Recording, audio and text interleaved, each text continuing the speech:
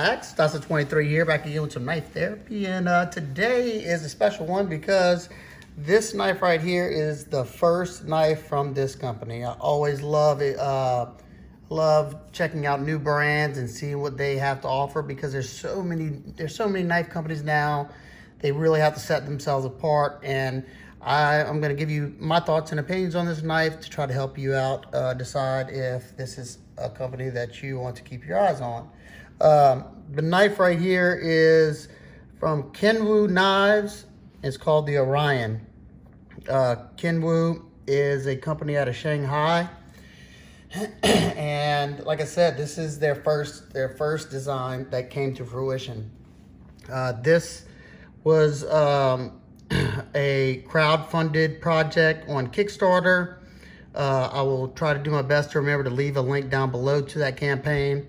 If I do forget, you can go on Instagram and type in the Kunwu_Knives_official, and they have a link to their Kickstarter on their page as well.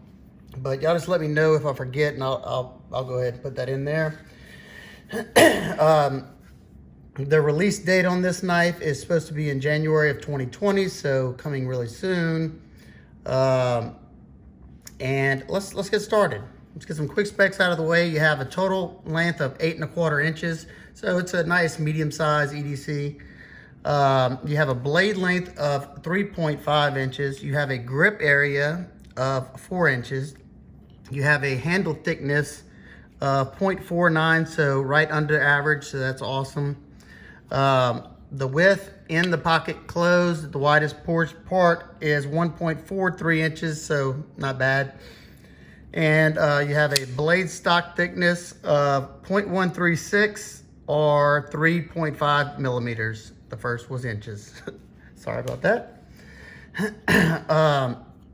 The thickness behind the edge on this one is in this front portion right up to about the middle part.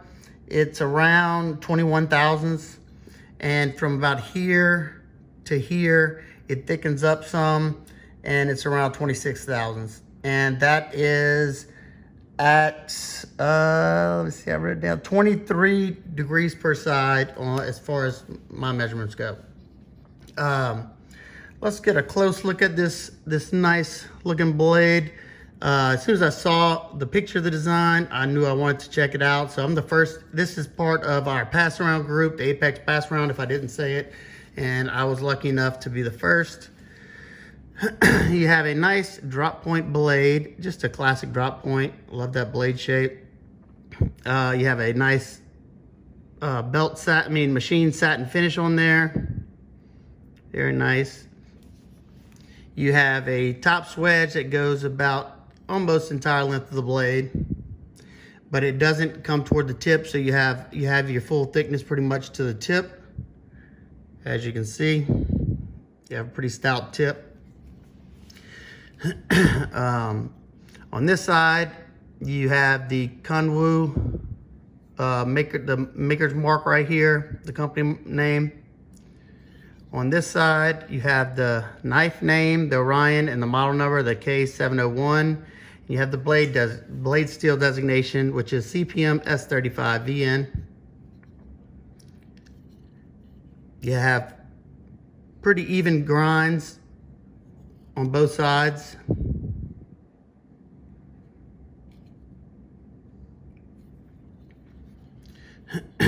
You have a perfectly executed sharpening choil. Let's see if I can get a pointer so I can show you. Right here, you can see the plunge line right here going down, and they cleared it. Excellent, love it. New company getting it right out the gate. You have some very mild jimping up here. As you can see, it's pretty shallow. I don't mind that at all. I don't like jimping. But you do have a slight little raised little ramp, thumb ramp right there to put your finger on. Let's close it up.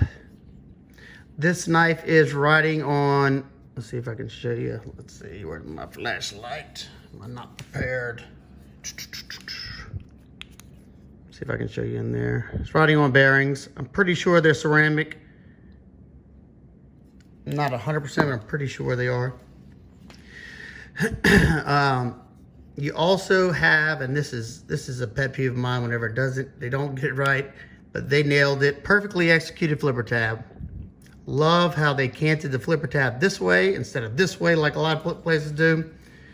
You even have some jimping on there that's perfect. Doesn't rip up your finger when you're trying to flip it, but you can do the push button. Comes out with authority, nice and smooth action. And you can do the light switch. Perfect both ways. And also after you flip, you had that landing pad right here milled into the scales on both sides. Excellent.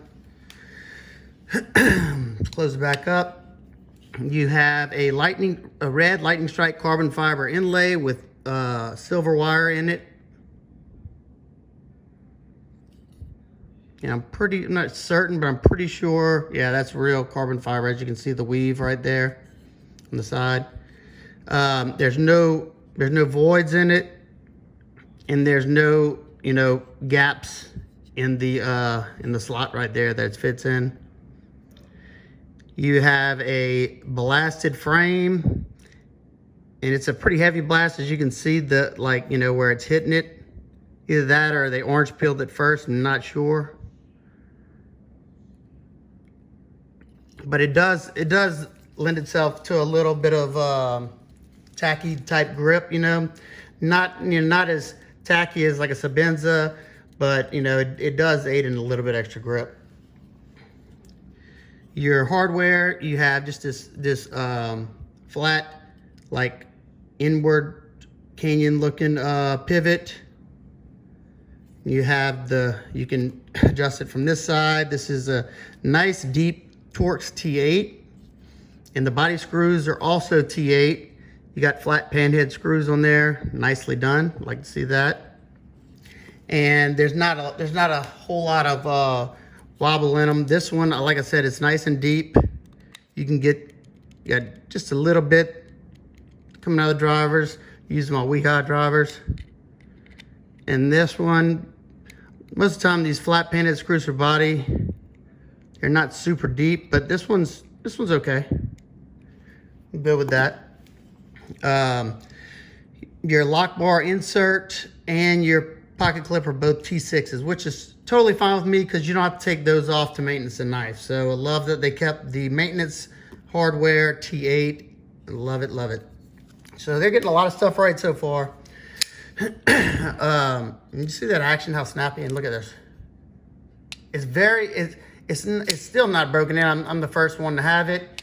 It drops shut, but it's like when you close it, it's super smooth. I mean, you don't feel any bearings rolling over on the steel at all. They did a good job of keeping that true and flat, the surface underneath.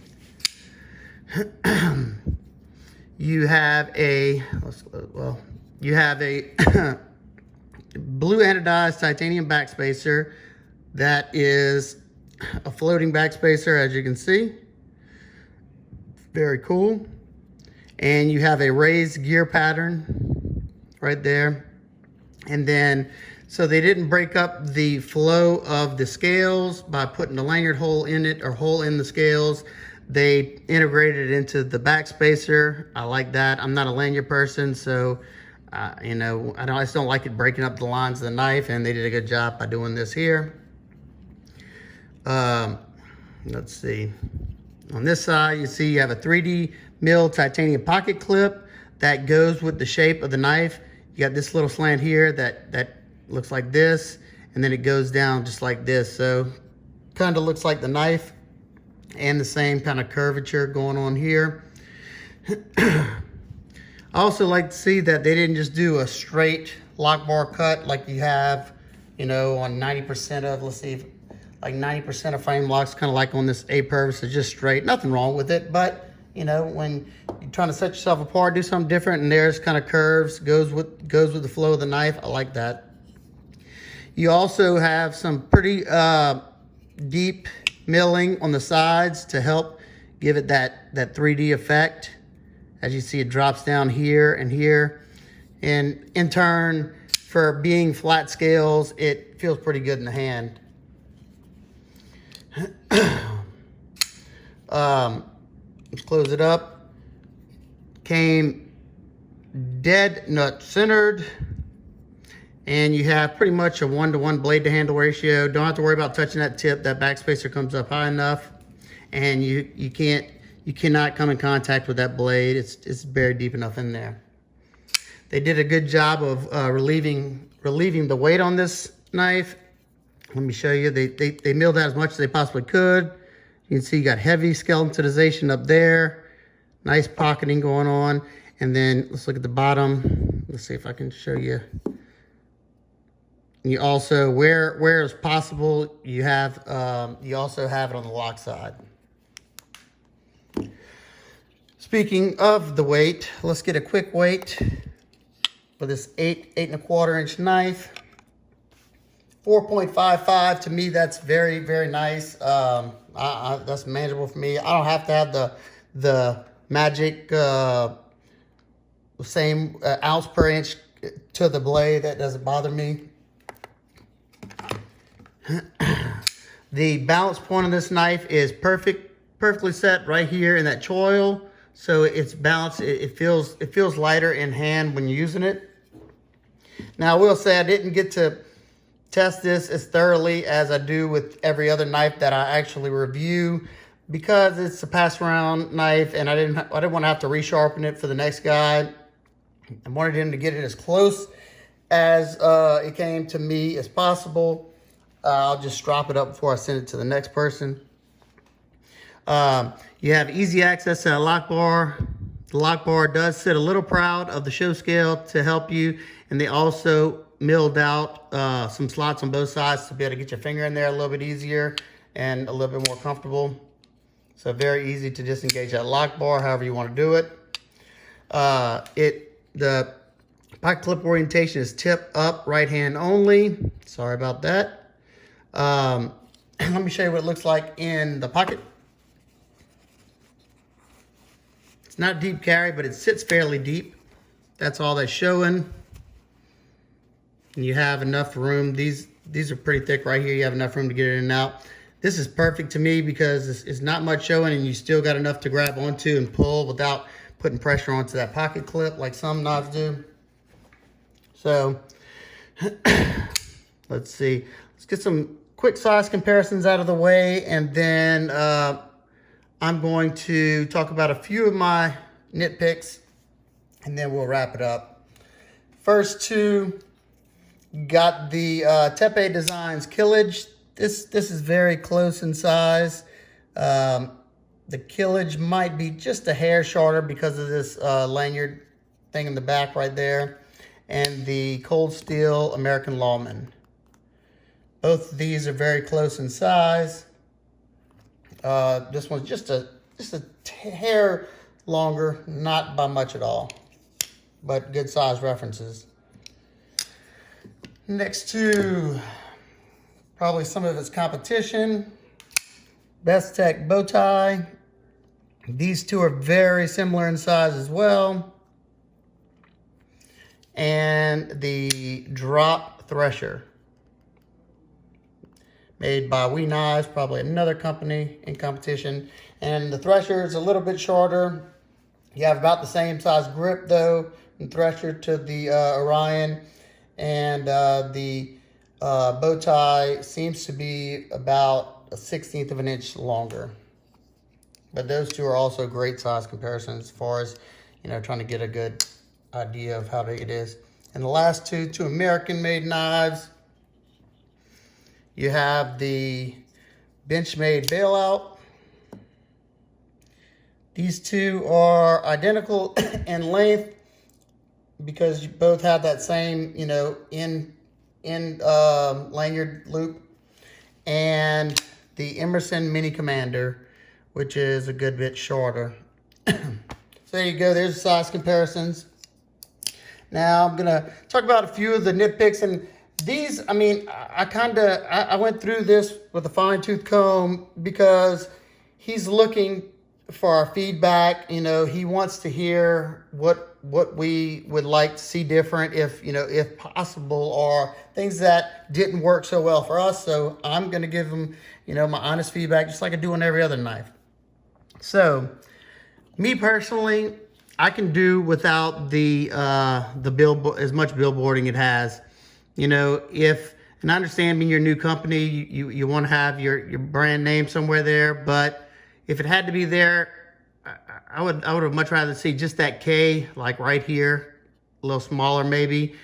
It keeps it a lot cleaner. And I know they were going for that mid-tech vibe, and most mid-techs, they keep them sterile, like that custom look. And then the name of the knife and the model, to me, that doesn't need to be on there at all. Best Tech did that in the beginning, and with the feedback of the customers, they removed it. That's something that can be put on the box. I don't. That's something I don't need. I mean, y'all let me know what y'all think if that bothers you. It's not a deal breaker for me, but I think it would have looked a lot cleaner and a lot nicer without that there at all. And then the steel designation could be shrunk. Put right here. That's where a majority of people put them, or right here in that corner. But that's okay. That's fine with me. That's the one thing that I kind of like seeing on a knife, just so you don't have to go and search to see what the blade steel is if you just bought a knife and you didn't know offhand. So that's something I definitely don't mind. All right.